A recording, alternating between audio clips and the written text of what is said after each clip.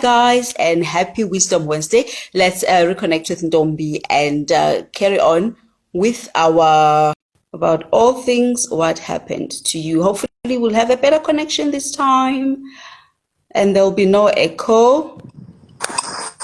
Hey Ntombi. Hi. Is it still an echo? Yes, maybe you have to be in a different place. I don't know. Okay. Let me try and be in a different place because I found the strongest connection in the house. Okay. So maybe let me change locations a bit. Okay. All right. No problem. I'll connect with you now again. Okay, cool. No problem.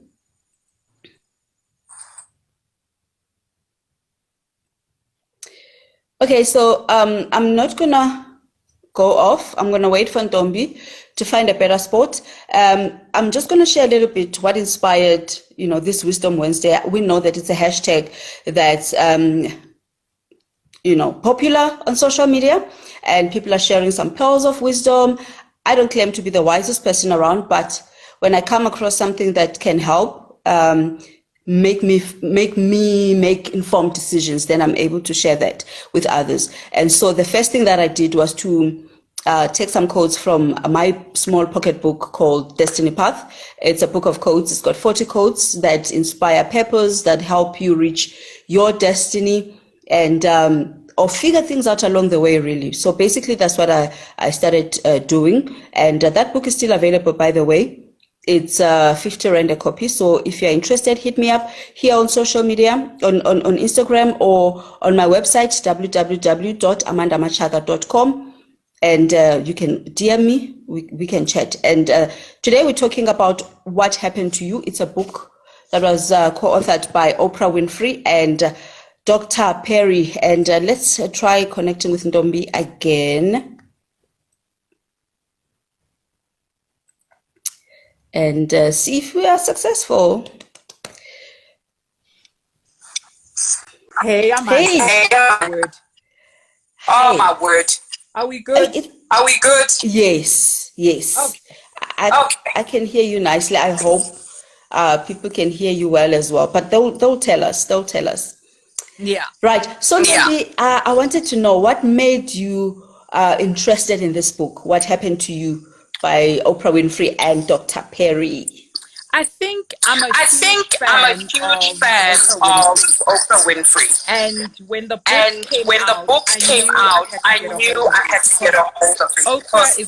Oprah is always about lightening and being self-aware and growth, whether it's physical or spiritual or emotional. So I knew that this book would touch on those points that I'm interested in. Yeah. And what you said, okay, so you and I, we share something in common. I love Oprah. I've always loved her. She's always inspired me. I've watched her show, the Oprah Winfrey Show. I follow everything that she does. I think she's excellent. And one thing that I like about her as well is that she shares a lot of her personal experiences. She opens herself up to us, her followers, whether you are someone who's been following her from the days she was doing the show or now as the boss of own network, whatever the case may be, or as an actress. But we know her story. We've been following her. And when I saw the book, I knew that, look, I can identify with this. We all have a past. We have our childhood experiences, and the title alone, What Happened to You, was very striking, before I even followed what she had to say about it. What did you think of that title? How did you think you were going to relate? When I read the title, What Happened to You, I thought, this is something that resonates with me because when I meet people, I'm always quite interested to find out who are you and what led to you being here, and what is your past experience, etc. So I'm able to get a better understanding when I understand the background and I'm in some of the decisions that they make, whether those decisions affect me personally, or maybe those decisions Is the signal good, Amanda? Okay, the network again, Ntombi, is giving us a bit of a problem on your side. You can move while we're busy until you find, a spot where we can connect and, Okay, and how talk are we now? Okay, how are we now? Better now. Yes, yes. Yeah, you can go ahead. Okay. Okay. So when the title, When I saw the title, I thought to myself, oh my goodness, resonates this with me so resonates with me so much because I am an empath, and when I meet people, when I meet people, I want to know your background so that I can get a better understanding of who you are and what led and you to what be led you to be in the in. position that you're in. Right. And also it made me want to find out who am I as well, what happened to me. And the thing that's striking the most is that I'm trying to find a better signal, Amanda, forgive me. Yeah, it's okay. Try finding it while we conversate, as long as you can hear me, and then you just pick up from what I'm saying. So they're saying that, we should ask the right questions when we meet people, and perhaps they behave in a certain way that we don't understand. Instead of asking what's wrong with you, we should rather try to understand what happened to you. And for me, before I can extend that to anyone, I think it's important to try to understand myself, And so in my trying to understand myself, if there are things that I am doing that are not perhaps, what is considered right, I don't have to ask myself what's wrong with you. Yeah. But I need to understand what makes me to behave the way that I do, what makes me to respond to relationships the way that I do, So what happened to me? So if I can have an understanding about myself first, then I will have a better understanding of others. What do you think of that? I completely agree. And I feel like the more we understand ourselves, I think that's when we can understand others as well. Yes. Amanda, is the signal good? Yes, it's good now. Oh, okay. All right. So the more we understand ourselves, the better we understand other people. All right. So this book allows as well to get a better understanding of yourself. Look at some of the events that have happened in your past and has shaped you the person that you are today. Why it is that you make mistakes? Why is it that you get these triggers? And why is it that you're a people pleaser, which is who I am? I am. Okay. I got that, but then there were some glitches here and there. So let's try moving again. Try moving again until we find that perfect spot. I like what you said. So why are you a people pleaser? Okay. Now, also in the book, Oprah she opens up about her past, as a child, how she was raised by a grandmother who didn't necessarily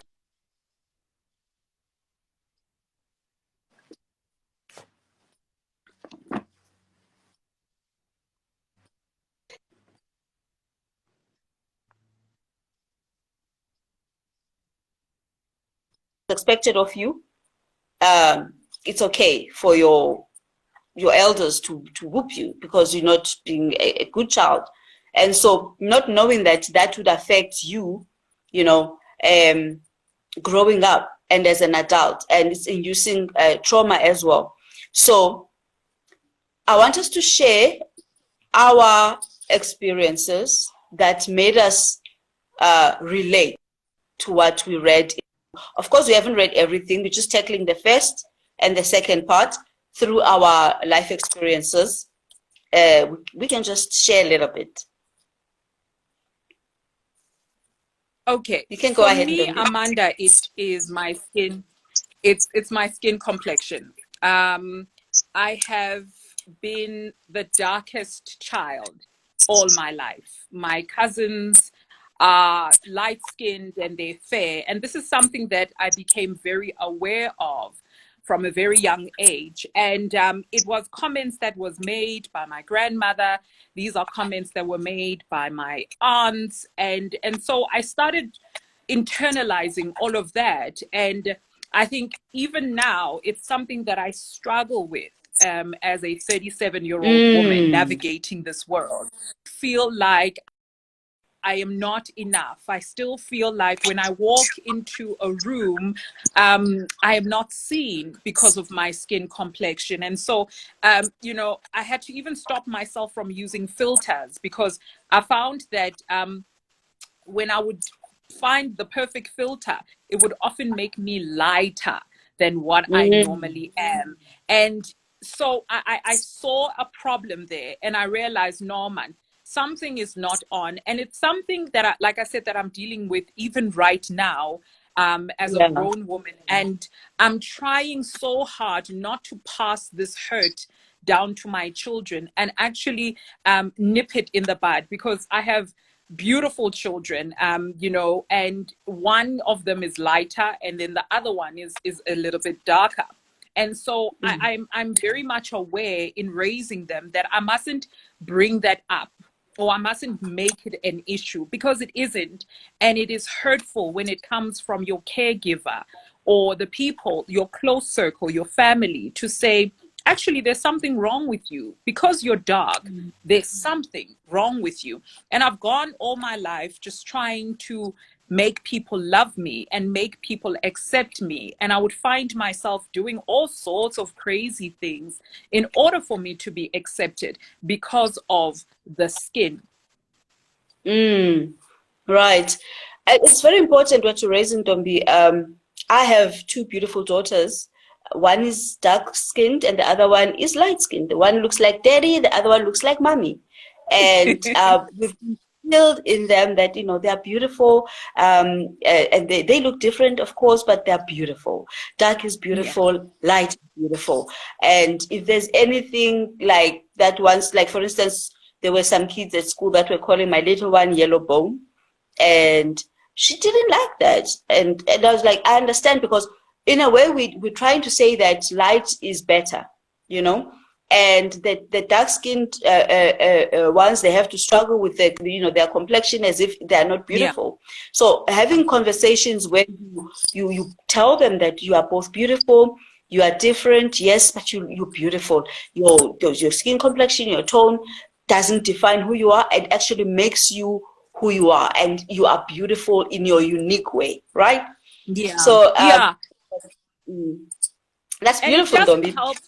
It also doesn't help that the media is kind of pushing the agenda of lighter is better. But it's nice to see as well that that is changing slowly, but surely it is changing. And I think that's the reason, even on my radio show, when someone asks me how I am, I'll tell them I'm dark and lovely. And it's a deliberate thing that I say as an affirmation to myself, that I am dark and I am lovely and I am worthy of your attention and I am worthy of love and all the good things that are coming your way. My skin complexion does not take away from my intelligence, my personality, and all of those things. That is something that was stripped away from me when I was a little girl growing up and like forming or trying rather to get a better understanding of what's happening in my world, which is what is spoken about in the first chapter. When you are born, you born whole. You are born not wanting anything. You're born whole. And as you grow up, these things life chips away at you. And so I guess I'm trying to get to that sense of wholeness, when I was born. Right. Beautiful. And then mine relates to what you've just said, that's stated in the book, that you come here as a baby, you are whole, you are pure, you don't, in your first, few months, couple of years, you don't understand that perhaps there's something wrong with you, or somebody doesn't want you, or how you came in this world. And for instance, Oprah makes an example of how she wasn't wanted by her parents, because her mother felt she's coming into this world to disrupt her life. The father was not interested either. And so she ended up being raised by her grandmother. So she experienced rejection from the word go. And so obviously her grandmother didn't know how to raise her well. So I relate to that. And some of the things that we share, we don't share them because we are shaming the people that were in our lives at the time. I don't think that Oprah shared her experiences to shame her mother, whom she later connected with, or to shame her father or her grandmother either. She's owning her story and she's telling it her way. And in in so doing, you are taking your power back. And in so doing, you find your healing. So that said, I was also raised by my grandmother. Well, I was born to a young mom. She was 19 when she had me. And so she was still at school. She was trying to, balance being a mom and going to school and trying to provide for this little one. And she ended up sending me to her granny, to my granny, to her mom. And so at the time, it was common that, grandparents would be raising their grandchildren. So there was nothing wrong with it. And there were others that were raised by my grandmom. So my cousins were there as well. So here was this wonderful woman having to extend herself and care for all these grandchildren that she had. And so obviously you're not going to be able to have that attention that you give each of the children. And so I think the way that I am today, wanting to do everything for myself, by myself, is because of how I was raised, And as an adult, I find myself, not easily accepting help because I'm not used to that. If I wanted something, I had to make it a point that I get it, whichever way I get it, I have to push. But there were some positives that came from that because I became resilient. The resilience that I have today, I got it from that time. And for me, failure was not an option. So I had to excel at school so that I could escape the kind of life, I was living at the time. So I needed to be the best in what I do. Even if I'm not feeling well, staying at home and not going to school, for me, it meant no, you're not going to do well. So how are you going to escape the situation? So I had to, do well at school and try to make things work for me. And so as an adult, I can't accept help from others. I have to learn to say, look, I need some help, but it hasn't been easy. And some of the things that I've struggled with in life, I think I could have gotten some help had I been open to being helped. You know what I'm saying? Yeah. So it actually helped me understand that. And how do I relate it to the book as well? There's a part where, they're talking about regulation as well. When a baby, is uncomfortable and maybe they're hungry or whatever needs that they have. And if you leave them to just cry and not attend to them, they'll feel neglected. And of course, that will affect them as they grow older. But if you reach out to them, you take the child, you put the baby on your chest, and you rock them until they're comfortable, and then you meet the need, whether it's food or they need their diaper changed, and you are enforcing, a sense of caring, that this is an individual that cares for me. This is somebody that I can trust, But if that child is neglected as they get older, then they don't trust people, or perhaps in their relationships, they don't do well, right? Yeah.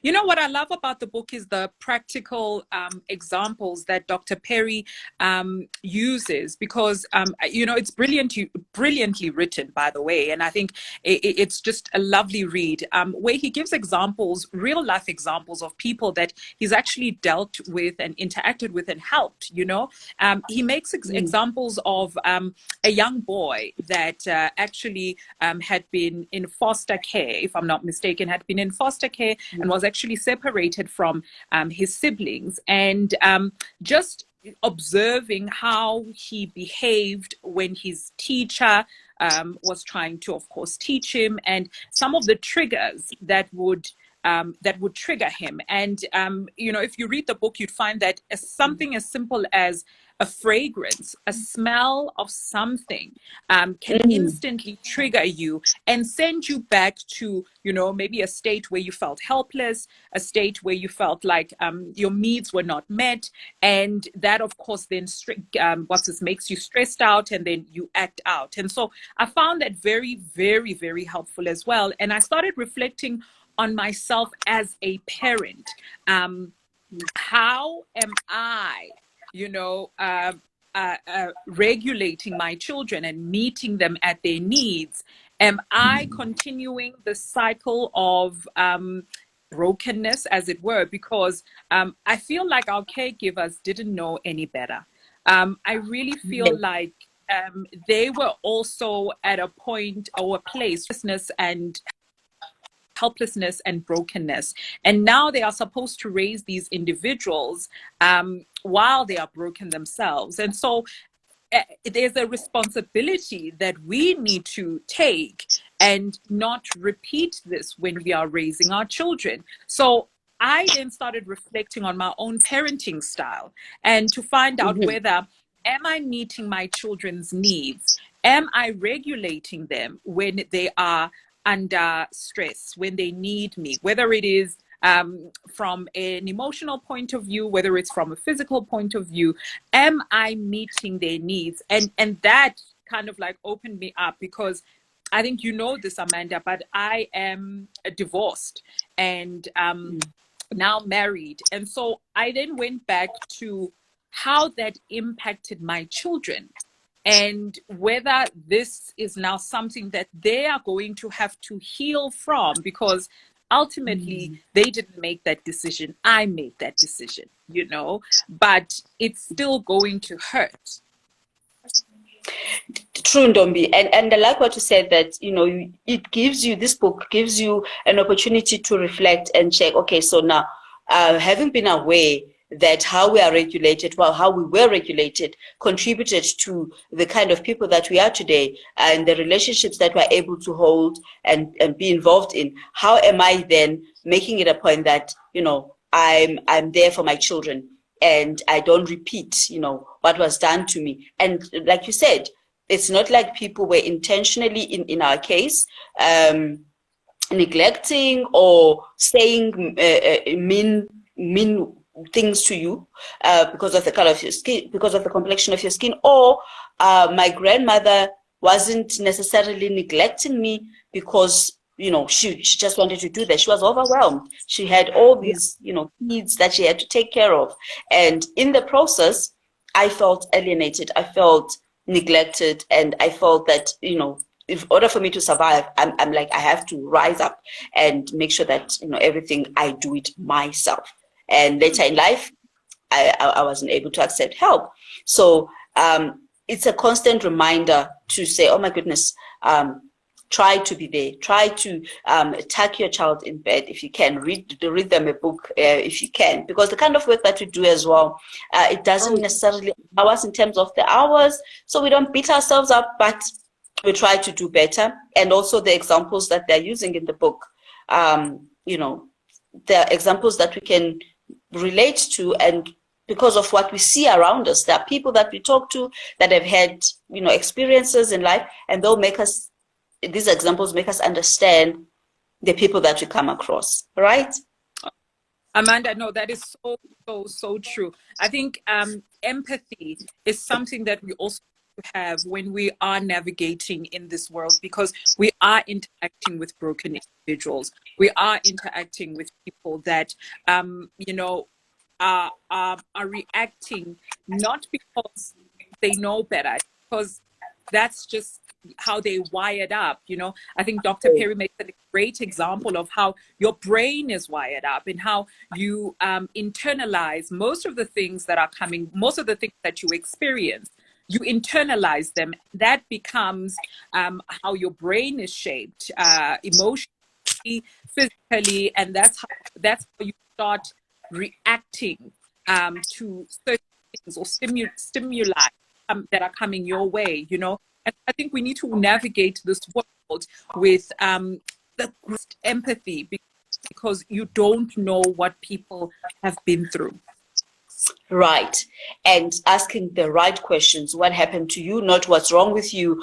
But having that empathy that you're talking about and being able to reach out to people and have an understanding of what they're going through or what they've been through. And what you've touched on, Ntombi, that Dr. Perry, as we wrap up, that Dr. Perry shows us how trauma, abuse, whatever it is that we went through, affect us not only emotionally, but also, you know, biologically, because he gives us the structure of the brain and how things get recorded. Whatever you go through, how your brain will take it in, and at the end of the day, stores that whatever experience you have in the brain and will communicate it in a certain way through your body. So how we process pain and suffering and trauma is also determined by how our brain registered what happened to us. And there's an example that he makes of, it's Mr. Roseman, who was at a war. I think it was the Korean, and how a day, just a lovely day with his partner, turned into quite a frightening situation where this was a man that was, for a better part of his 20s, was fighting and basically trying to survive, you know, and things like the sound of bullets, the sound of, you know, helicopters just flying over him, those were things that his brain internalized, and he instantly reacts to those things. And now 30 years later, when he's much older, these instincts that have helped him survive a war are now actually destroying his life, because he went on a date with his then girlfriend, and it was a lovely, lovely evening that turned into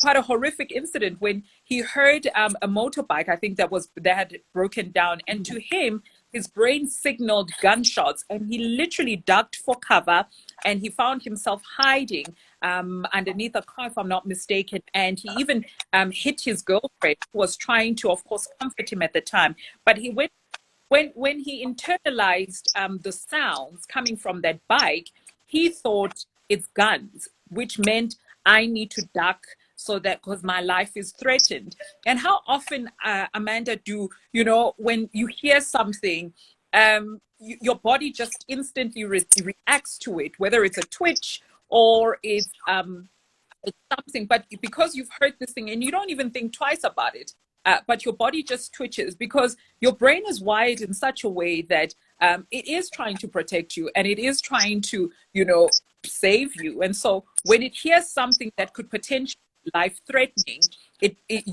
you instantly have a physical reaction. And this could also be, you know, a tone of someone when they speak to you, and this can affect how you learn, because here's your teacher who's there to teach, and because of a specific tone that they use that you've heard when you were younger, that signals to you that no, you build up a wall, and you're not taking all of that information that's coming from this harmless teacher, and it's all because of something that has happened to you from when you were young, which your brain has internalized and now has created a signal that be afraid, put your guard up, because this is a threat. Right. That's so correct, Ntombi. So what we need to do then is to be able to understand people, that when they behave in a certain way, it's not necessarily because there's something wrong with them and we should label them.